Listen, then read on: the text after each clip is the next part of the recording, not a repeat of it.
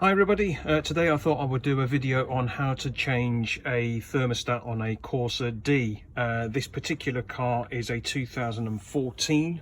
It's the 1.2 litre engine, but I'm led to believe that the electronic thermostat, which is just here, is the same on most of these petrol engined Corsas of this type. The earlier Corsa C thermostat is in a similar location, but it's not electronically controlled. Quite an easy job to do, but I haven't seen any videos on how to do this on the internet, so I thought I would do one myself. First thing I thought I would do is release the expansion tank cap, just to allow for any pressure. Then undo the nut, this here, that holds the air intake pipe in place. Reason you'd want to remove that is just to allow better access to the thermostat, because with that in the way, it is in the way. So there you go. Immediately you can see there's much better access. Then just undo the sensor and the red tag that goes onto there.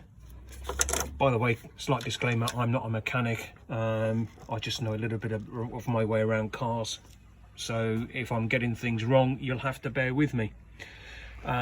So yeah, take the air hose out the way, undo the sensor clip, take that other connector off there, and then you've got ready access to the thermostat.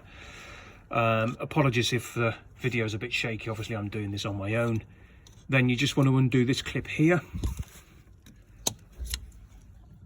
to release the hose from the thermostat itself. Then you've got 3 bolts, 1, 2, and a third one down here. There you go. They obviously hold the thermostat to the housing, and yeah, you just undo those. I've started to undo them. They're still quite tight, so they're not finger loose at the moment. And once you've undone those, you'll be able to remove the thermostat. Right, I've now undone those 3 bolts, and I can already see some liquid starting to seep out of the join between the thermostat, there you go, and the housing. So presumably if I pull the thermostat off, then some coolant should come straight out. That's at least what I'm expecting. Here is the new thermostat ready to fit. So I've got this ready to hand, because the moment I pull that the old thermostat off there, I'm expecting the coolant to leak out. So I'm going to use this to effectively plug the leak before I hand tighten all those 8mm bolts back on. Yeah, as suspected, the moment I removed the thermostat, the old one, from the housing, coolant gushed out all over the place. For myself, I wasn't too bothered about that, because I do have some more coolant ready to top up the expansion bottle, and some obviously water to mix it. You can see here, look how much the level's gone down. But if you're doing it indoors, you may prefer to have something underneath the car just to catch the coolant that drips, so you don't end up with it all over your floor. The next thing I need to do, of course, is remove the old thermostat from this hose, so I can then attach the hose to the thermostat. So with the old thermostat removed from the hose, I've now attached the hose to the new thermostat. The new thermostat's got a rubber cover that protects the connector block, and then all you need to do is push the clip back on to the hose to secure it in place. I'm going to try and do this one-handed to show you.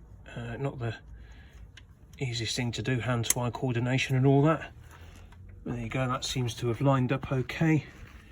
And then just push it into place to secure the hose onto the thermostat. Pull off the rubber connector, and then just simply connect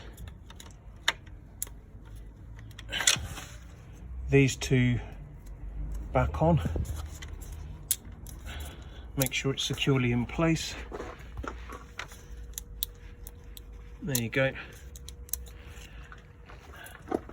Slight word of caution, the one thing I was wary of was making sure not to over tighten these bolts.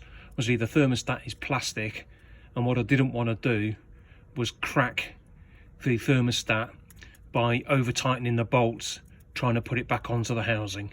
So just make sure that if you're a DIY person having a go like myself, that you don't over tighten those bolts, because if you crack the thermostat, you're going to end up with a leak, and you've undone everything that you've just done, and you'd have to go and buy a new thermostat again.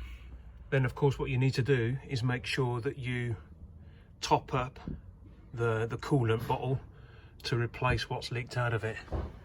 So I'll try and do this one-handed and show you. I'm effectively going to eyeball it and do a 50-50 mix of coolant and water.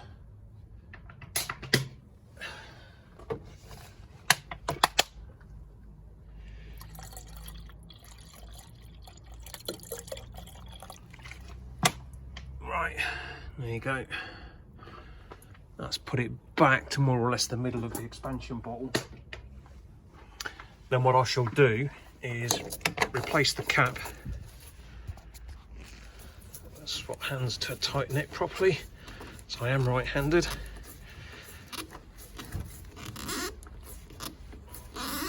There we go. Tighten the cap. I'm going to take the car for a drive, see if that's improved the heating situation, come back and recheck the level. Of course, not forgetting to put the air intake pipe back in place, which I shall do now. Right, I've taken the car for a drive and I've come back, and sure enough, this is the importance of checking your coolant level. Yeah, that's definitely dropped below where it was previously. So I'm just going to top that up again, check it. But overall, that should now give you an idea as to how to replace the thermostat there. In this instance, I might have a bit more investigative work to do, but thermostat on a Corsa D, that's how you replace it. Hope you liked the video and hope it proves useful for you. Thanks for watching.